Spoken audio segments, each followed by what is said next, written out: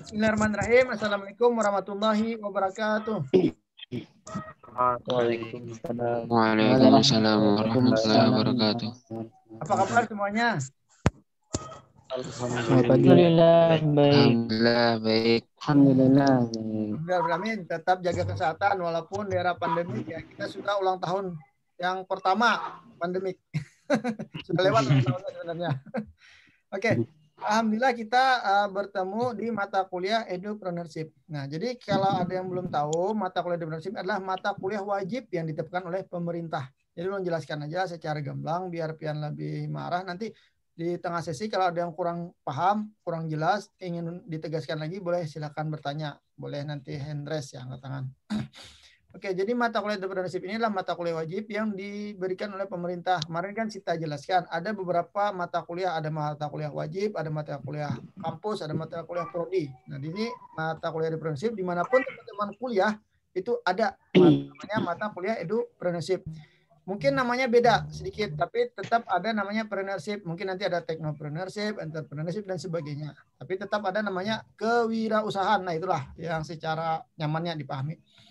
Kenapa kita mata kuliah kita namanya Edupreneurship? Kita bergerak di bidang pendidikan.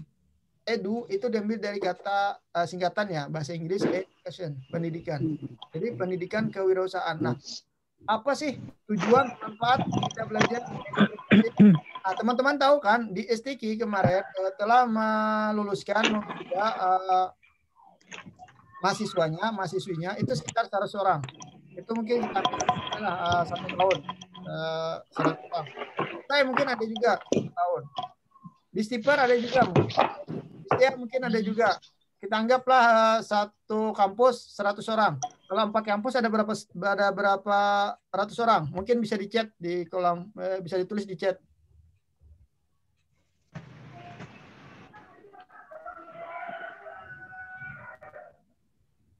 Ada berapa orang kalau 4 kampus? Kalau masing-masing satu kampus mengeluarkan perguruan tingginya 100 orang.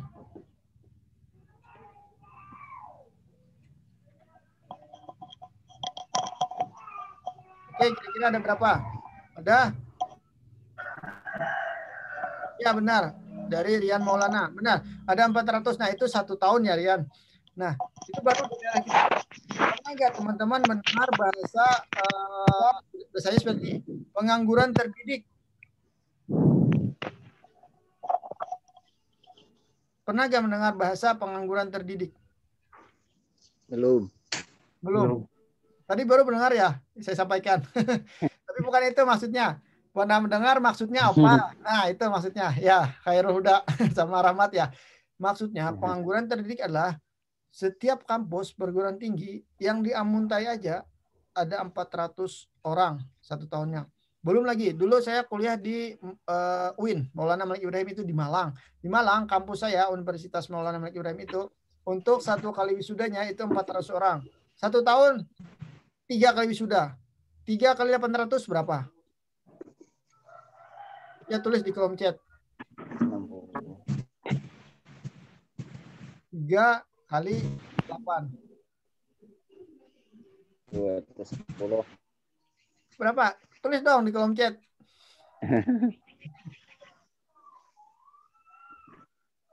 Ya benar Yan. 2.400. Nah 2.400 itu baru 1 kampus. Saya juga kemarin ngambil di Mahat Abdurrahman bin Auf di Universitas Muhammadiyah Malang. Itu 1 kali wisuda sekitar 1.000 sampai 1.200. 1 kali wisuda. Dan wisudanya bisa sampai 4 kali 1 tahun. Kita anggap aja olehlah hitungan bulatnya 1.000 kali 4 berapa? Tulis di kolom chat.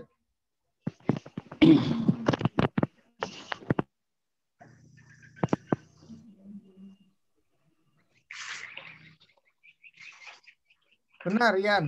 4.000. Dua kampus 4.000 ya Sandi benar. Khairul Huda juga benar. 4.000 ditambah 2.400 berapa?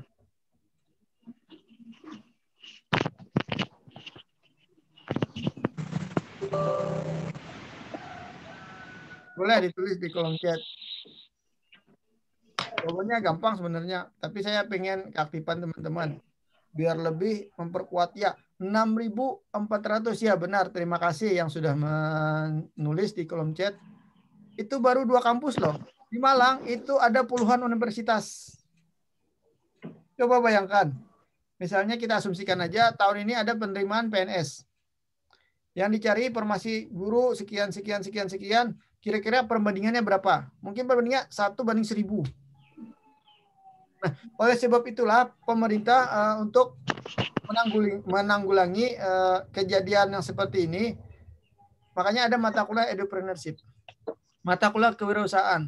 Itu tujuannya itu tadi, untuk menambah wawasan kepada generasi mahasiswa terkait tentang kewirausahaan. Jadi setelah lulus di perguruan tinggi manapun, itu nanti tidak canggung lagi terkait tentang wirausaha. Nah, wirausaha ini banyak nanti bidangnya. Ada bidang jasa, ada bidang kreatif, ada bidang produksi, ada bidang penjualan, dan sebagainya. Insya Allah pada semester ini akan kita ajar, kita bongkar semuanya. Oke, ini sudah ulun siapkan RPS-nya. Sampai di situ, sebelum lanjut ada pertanyaan?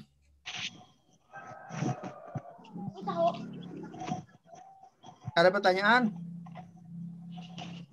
1 kali, 2 kali, 3 kali, habis waktunya. Oke, kita lanjutlah.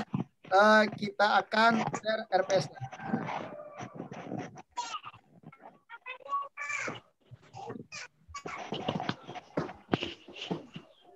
Oke, sudah terlihat lah di layar. Lihat. Ya, oke. Kita bahas. Ini mata kuliah entrepreneurship. Nah, di sini persis seperti semester yang kemarin itu ada namanya rancangan pembelajaran semester EPS. Nah, mata kuliah entrepreneurship teori. Mata kuliah entrepreneurship ini terbagi 2 nanti. Ada yang teori, ada yang praktik.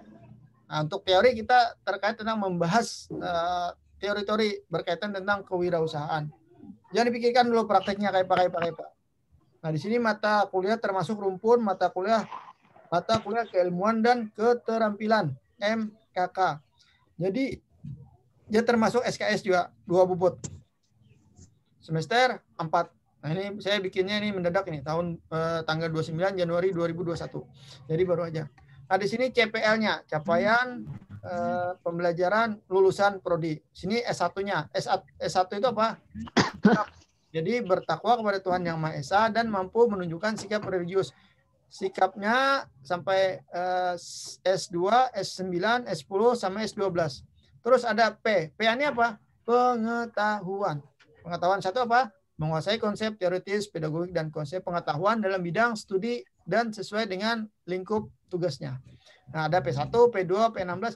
Ini silahkan nanti baca sendiri. Nanti insya Allah pertemuan yang berikutnya akan saya tanyakan, udah belum membaca RPS-nya? RPS-nya ada tersedia di web. Webnya sama situsnya kayak kemarin. Terus di sini ada KK. KK ini apa? Nah, keterampilan khusus. Jadi pakai kho ya, khusus. Nah, jadi seperti itu.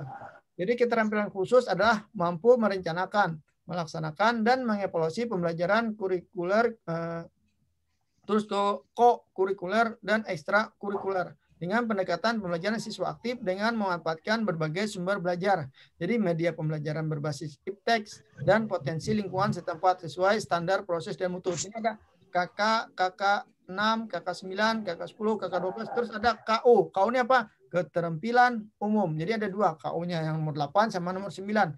Nah, apa saja yang KU nomor 8 itu mempunyai kemampuan entrepreneurship untuk bersaing di era modern. Nah, nanti akan kita jelaskan sudah terjadi berapa perubahan era. Nah, ini nanti terkait tentang teman-teman menggali usaha apa yang kira-kira cocok untuk zaman sekarang.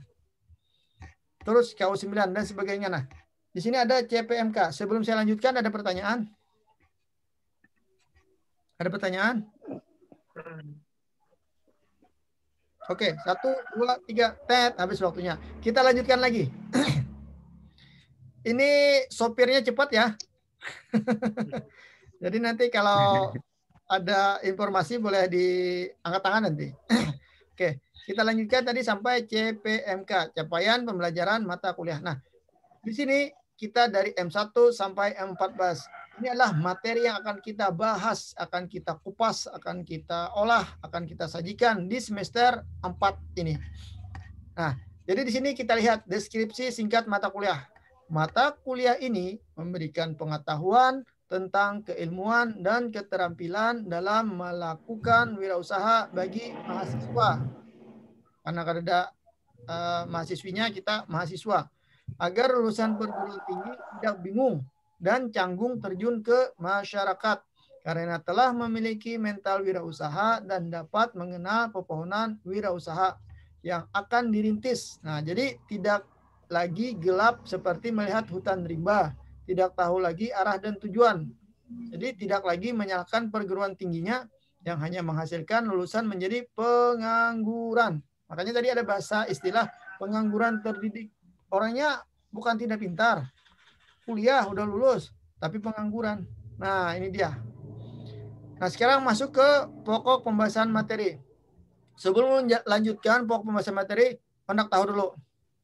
Ada nggak yang dari teman-teman yang pernah berwirausaha apa aja terkait online kah, membantu pamannya, abahnya, acilnya, nininya, dan sebagainya? Ada? Umay? Maywak, mana? Tadi yang jawab. Alem. Ya, Rahmat ya? Ya, Maywak kayak Pak Rahmat.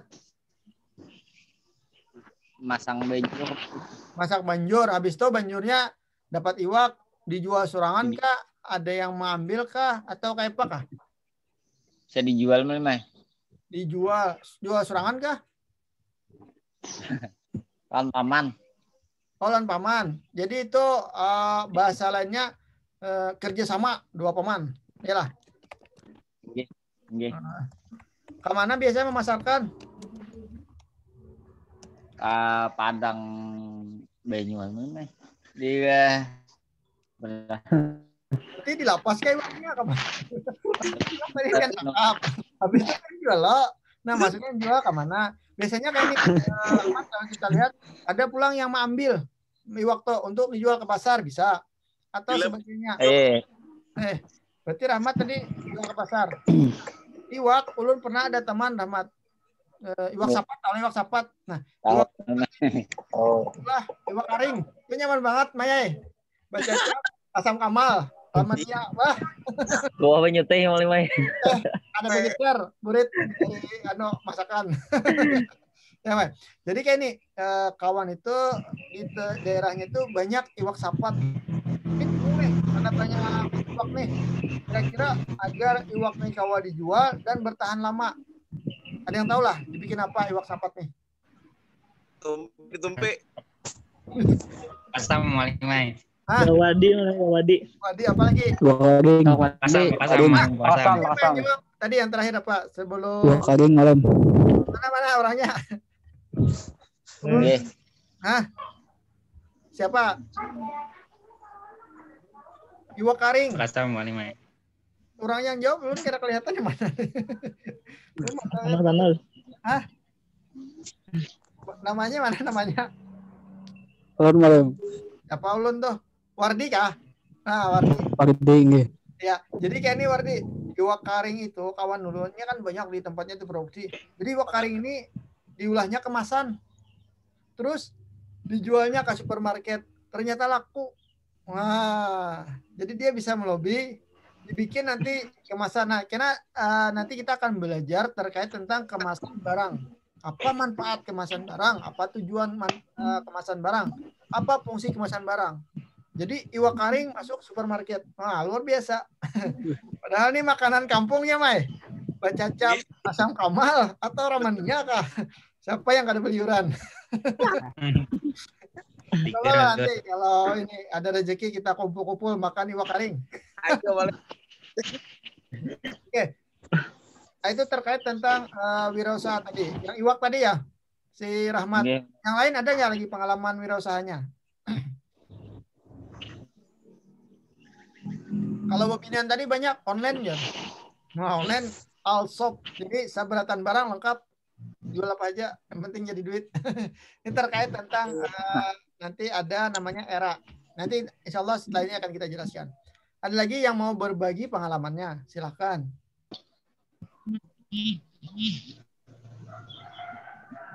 Ada? 1, 2, 3. Habis waktunya. Oke, kita lanjutkan. Kita masuk lagi ke RPS-nya. Nah, tadi kita sudah menjelaskan ya, deskripsi singkat MK-nya. MK ini mata kuliah lah ya, bukan Mahkamah Agung lah. Nggih. Ya. Kita materi pembelajaran pokok dasar. Yang pertama, kita harus tahu dulu ketika melakukan sesuatu, napa gerang ini nah. Jadi kita tahu karena tujuannya tahu, manfaatnya tahu, fungsinya tahu. Jadi kita bahas dulu terkait tentang arti dan hakikat wirausaha. Nah, untuk apa gerang dari segi akhiratnya usaha nih? Untuk apa gerang dari segi dunianya akhirat nih? Kita bahas dunia dan akhirat. Nah, di sini juga ada kita membahas tentang wirausaha dalam perspektif Islam. Bagaimana Islam memandang terkait tentang wirausaha, dibolehkankah, ada dibolehkankah, dan sebagainya. Ada nanti kita bahas di sini. Surah apa yang menjelaskan terkait tentang semangat untuk berusaha, bagaimana kedudukan orang pengusaha bersama Nabi nanti dan sebagainya. Apakah sama orang jihad dengan berwirausaha? Ada nanti kita bahas di sini. Jadi kita lihat dari segi kacamata Islam. Terus yang ketiga, karakter dan etika dalam berwirausaha. Sebelum kita lanjutkan, pernah nggak teman-teman hendak nukar sesuatu ke pasar, dapat dah tokonya, dapat dah wadahnya, mendatangi pamannya, habis itu diobrak-abrik barang pamannya, ternyata kali jadi sarik pamannya, salah.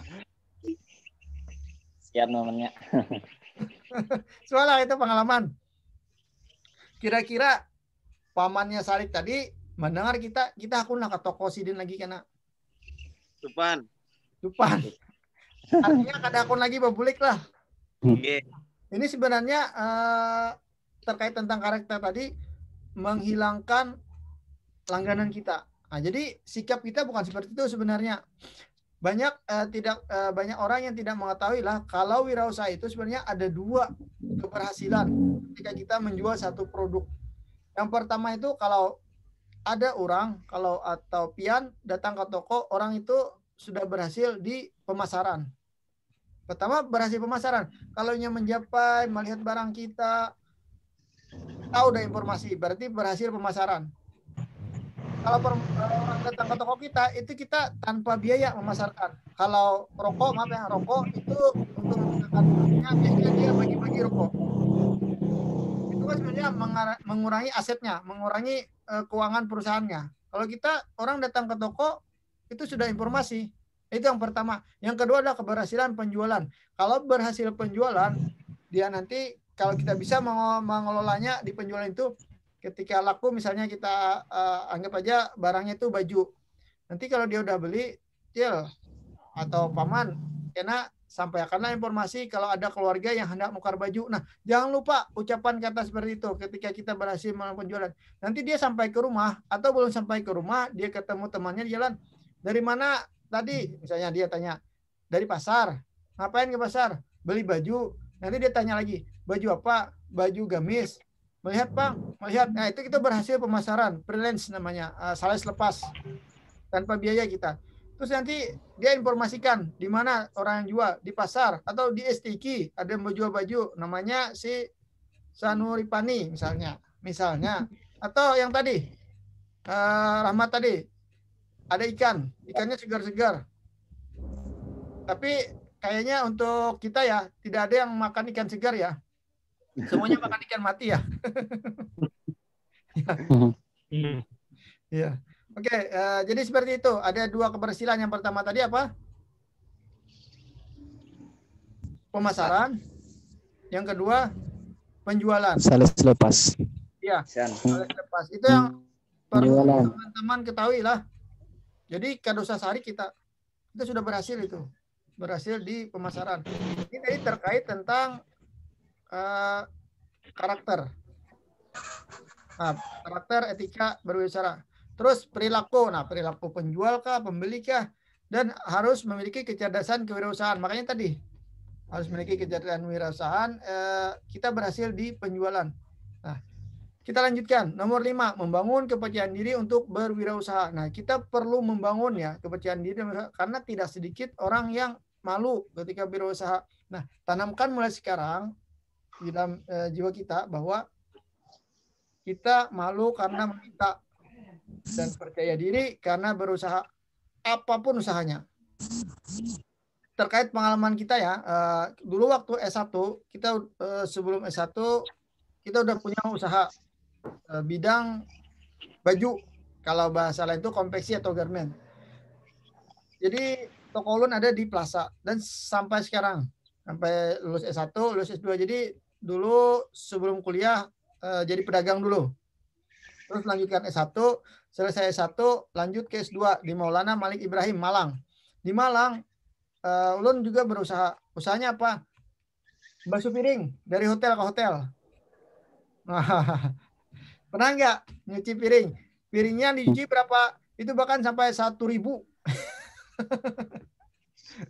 Bahkan pernah ikut catering dulu. Ikut jadi sopir. Nah, itu di Malang. Banyak pekerjaan yang bisa kita lakukan. Alhamdulillah itu biaya kuliah diambil dari situ. Dulu waktu kuliah kita biaya kuliahnya 3.500.000 satu semester. Karena di Malang banyak tempat wisata, saya juga suka jalan-jalan. Jalan-jalan awalnya dari hobi. Dari hobi wirausaha ini saya lanjut buka aja. Bikin flyer sebagus mungkin, membuka perjalanan ziarah. Ternyata ada yang ikut. Karena kita udah pengalaman di mengenal tempat dan daerahnya, kita bisa ngajak orang lain. Terbukti kemarin sebelum pandemik saya buka ziarah Bangil. Yang ikut banyak, tapi saya batasi khusus untuk laki-laki saja. Jadi ada 13 orang kemarin. Setelah tahun kedua, orang sudah tahu harga kita lebih murah, tapi bisa fasilitas sama. Itu yang daftar langsung melonjak. Ada sekitar 40 orang. Lumayan ini. Tapi ternyata acil corona datang. Menggagalkan semua rencana. Tapi insya Allah katanya jadi, tapi kita tabung aja dulu. Nah ini gara-gara acil corona ini. Nah jadi perlu dicatat, mulailah usaha itu berawal dari hobi. Bisa nanti dicatat. Yang kedua tadi yang perlu dicatat juga, jangan malu untuk berwirausaha. Malulah karena meminta. Sampai sekarang kita udah umur berapa nih? Ada yang 18 ya? 19. Masih minta sama orang tua. 19. Ini perlu pertanyaan nih. Jangan mau lagi minta sama orang tua. Atau yang di asrama nih, berani nggak? Mak, abah, ulun kehendak lagi minta duit lontan, ulun hendak berusaha surangan. Jar kuitan kan apa ikam nih? Ampih kah kuliah? Kada, ulun hendak berwirausaha surangan. Nah, wani kada. Maide. Wani kada, Mai. Coba dulu. Nah, jadi nanti ada beberapa tingkatan. Yang pertama itu kita kadang membebani dulu.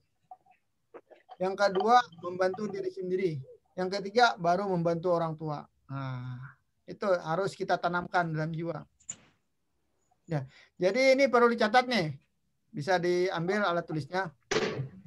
Muda tidak mau membebani orang tua. Muda tidak mau merepotkan orang tua, tua tidak mau membebani anak-anak. Nah, itu tuh keren ya. Kata motivasinya. Bisa tuh dipajang di status. Saya ulangi. Ya. Muda tidak mau muda tidak mau merepotkan orang tua, tua tidak mau membebani anak-anak. Sampai di situ kira-kira jelas ya pemahamannya ya? Jelas. Yang mana yang bilang jelas tadi? Rahmat. Maide. Jelas ya. Jelas. Ya, jadi seperti itulah. Oke, kita lanjutkan lagi. Sudah jam 12. Ya, di sini tadi menumbuhkan motivasi dan inisiatif berwirausaha. Nanti kita cari motivasi untuk berwirausaha apa aja. Nah, nanti inisiatifnya juga kita bahas, kita kupas tuntas.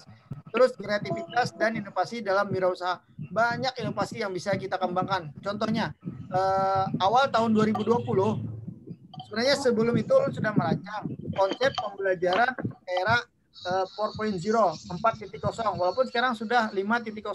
Pembelajaran apa? Pembelajaran daring.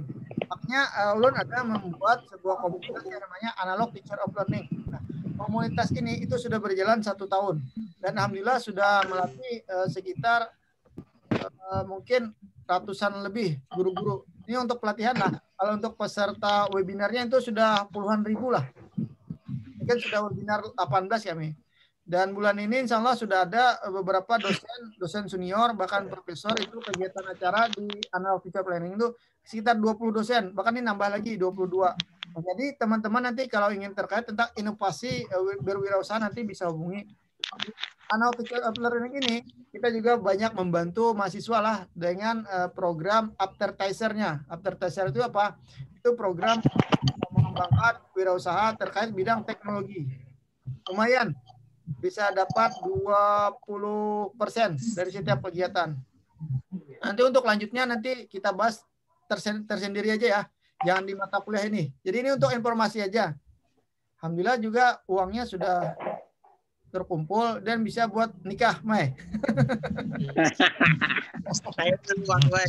Ya, lumayan lah. Ya, itu salah satu bidang wirausaha yang saya geluti ya. Ada lagi sebenarnya banyak.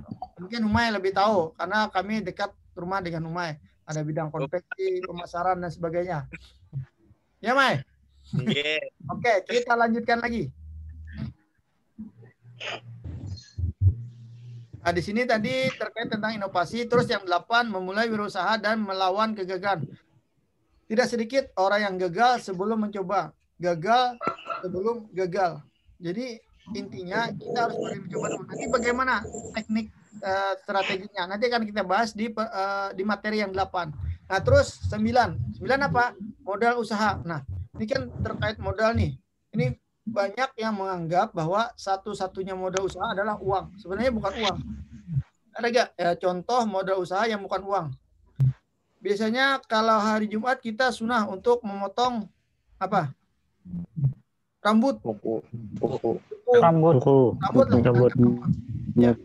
Rambut itu modalnya bukan uang. Ya kan? Nah, itu salah satunya.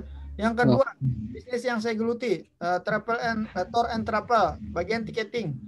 Itu modalnya juga bukan uang. Itu orang pesan tiket, kita booking dalam beberapa hari, nanti orang bayar, dari selisih bayar itu kita belikan tiket.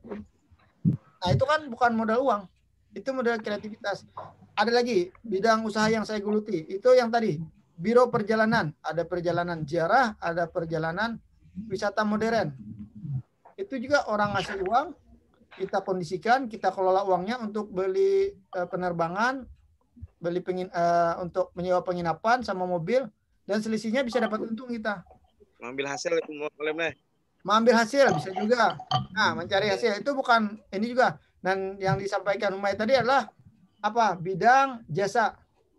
Nah, itu. Jadi kebanyakan orang berpikir bahwa satu-satunya modal usaha adalah uang. Benar tidak ya, Mah? Atau kita bisa bikin sekretariat Hapsi. Nah, Umay ini bisa mengelola. Nanti kita bikin papan. Nah, nanti caranya gini, kita hubungi ke beberapa grup Hapsi. Jangan hanya di daerah. Lain-lain, apalagi di bulan Maulid nih, itu dilanggar kami aja terkadang kerepotan untuk mencari grup Hapsi. Iya. Nanti kan bisa nanti wirausaha kita di bagian pengolahan grup Hapsi. Nah, nanti kita di sini kira-kira berapa budgetnya? Sini berapa budgetnya? Ini kelebihan budgetnya yang segini apa aja? Oh, pakai terbang yang besar. Mungkin dum. Mungkin itu atau peralatannya lengkap dan sebagainya. Nanti kita bisa sekretariatnya bikin. Kira-kira ada yang terpikir seperti itu? Udah Malim. Belum. Oke, insya Allah ketika belajar wirausaha nanti banyak peluang-peluang inovasi yang kita akan dapatkan ya. Sebelum kita lanjutkan ada pertanyaan? Alhamdulillah. Alhamdulillah apa nih, Satri? Alhamdulillah apa? Alhamdulillah tidak ada pertanyaan. Oke, 1, 2, 3, tet, kita lanjutkan. Oke. Nah, dari sini tadi modal usaha, terus strategi pemasaran. Nah, yang seperti yang disampaikan oleh Rahmat tadi, dia cari iwak.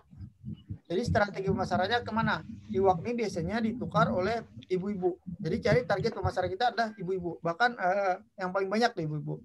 atau misalnya kita jual kerudung. Nah, kerudung target pemasaran kita berarti ibu-ibu, wanita, cewek. Nah, jadi jangan dijual ke cowok.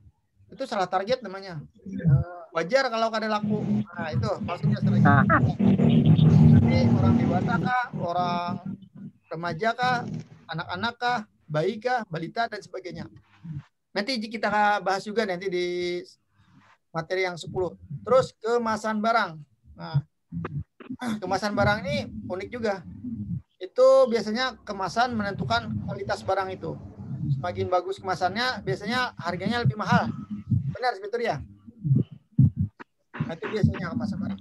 Terus nanti contoh peluang praktik wirausaha. Nanti kita akan bahas juga di materi yang ke-12. Yang berikutnya administrasi dan pengolahan keuangan. Nah, terkait tentang administrasi, perlu teman-teman ketahuilah untuk berwirausaha itu ada 4 kemampuan yang harus dimiliki teman-teman. Yang pertama itu teknik menjual, namanya marketing kalau bahasa materinya tuh. Yeah. Harus memiliki kemampuan menjual ini. Terus dekorasi, bahasanya menata ruangan. Semakin bagus ruangannya, semakin enak dipandang, semakin memikat hati orang untuk datang. Yang berikutnya apa? Teknik mencari barang. Nah, mencari barang itu kemampuan yang harus dimiliki teman-teman. Yang terakhir itu adalah teknik mengelola keuangan atau administrasi.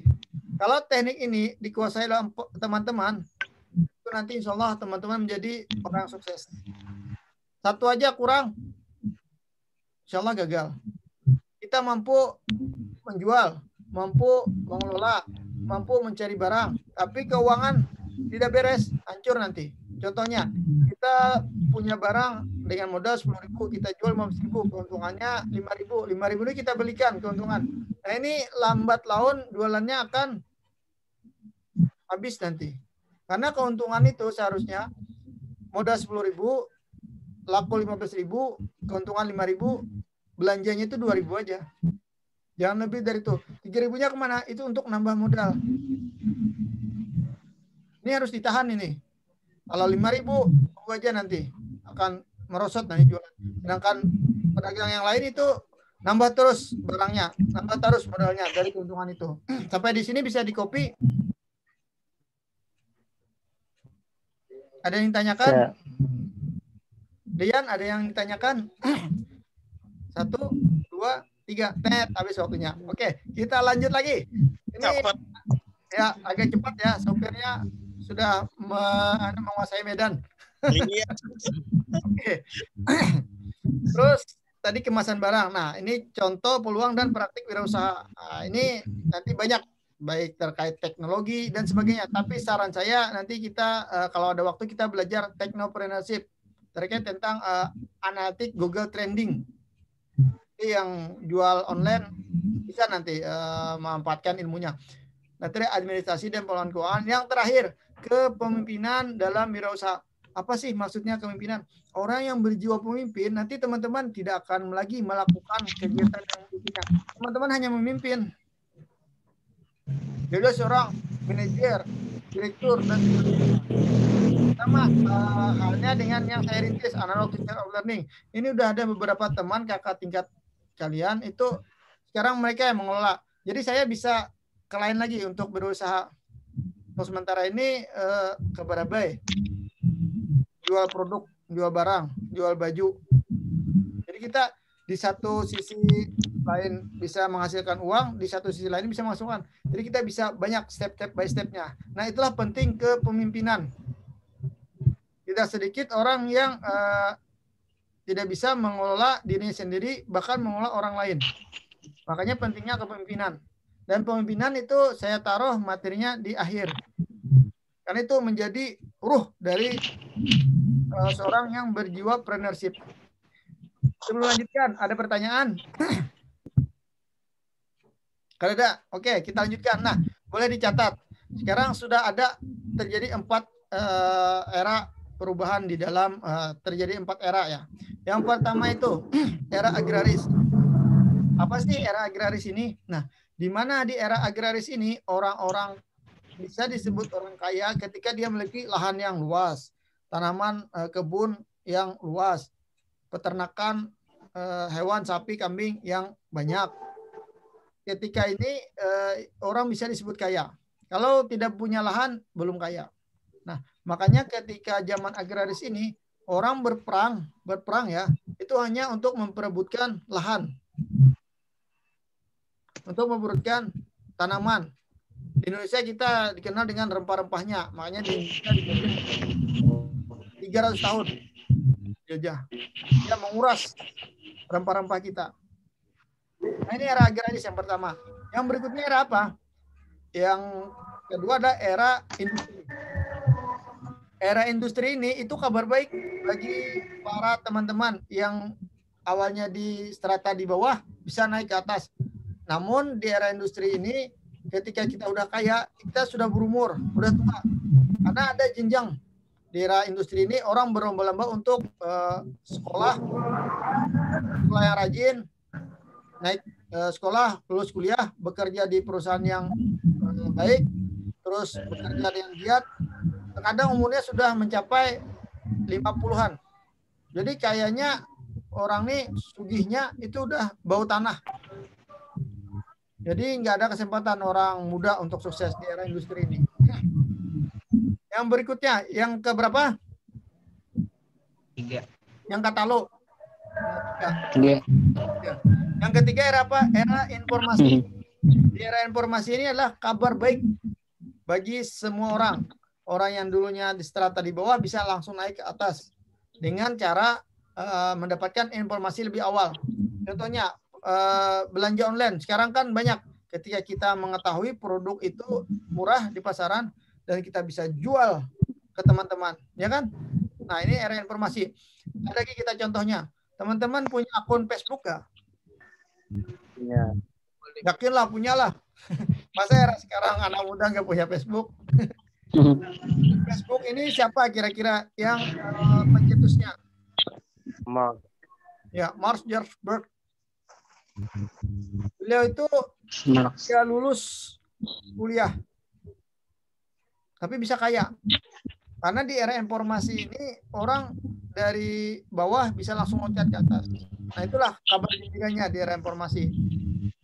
Yang terakhir, sebelum kita lanjut yang terakhir, termasuk juga kabar buruknya era informasi ini, orang berlomba-lomba. Jadi saingan kita banyak.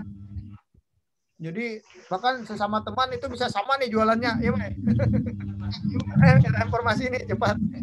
Ya. Yang terakhir, yang keberapa? Yang keempat. Yang keempat adalah era konseptual. Nah, di mana era konseptual ini adalah kreativitas, inovasi yang harus ditingkatkan. Kita ambil contoh kafe ya. Kafe atau kopi, amun di warung paman itu berapa harganya? 5.000 kamai? 5.000. Itu di warung anu paling baik. Ini Di warung Jablay. Warung Jablay bisa naik harganya karena pelayanannya. Iya. Kan itu yang masalahnya. Joblay 50.000 Lebih mahal ya. Ini yang ingin saya ceritakan bahwa di Amuntai di muka rumah Mualim Muslim itu adanya kafe Satu Jiwa ya. Ya, satu. Hah? Janji. Janji Jiwa.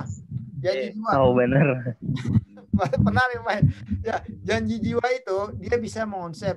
Padahal kopinya itu sama dengan yang lain, tapi harganya bisa lebih mahal. Kenapa? Pertama, karena kemasannya. Yang kedua, tempatnya didesain seenak mungkin bagi pelanggan. Yang berikutnya ada fasilitas WiFi, ada fasilitas charger, terus pelayanannya lagi. Nah, ketika kita bisa mengonsep ini, harga akan bisa lebih mahal. Kalau kopi di warung biasa 5.000 katakan tadi. Kalau di Janji Jiwa itu bisa sampai 18-30.000. Ada lagi satu brand kopi di mana kopi itu bisa menaikkan lagi harganya. Bahkan sampai 80.000 satu kopi. Ini bukan di warung Jablay lah. Ini di warung dengan di mall namanya Starbucks. ya, Itu produk Starbucks. itu dia menjual bukan ini ya, bukan kontennya, tapi nilai.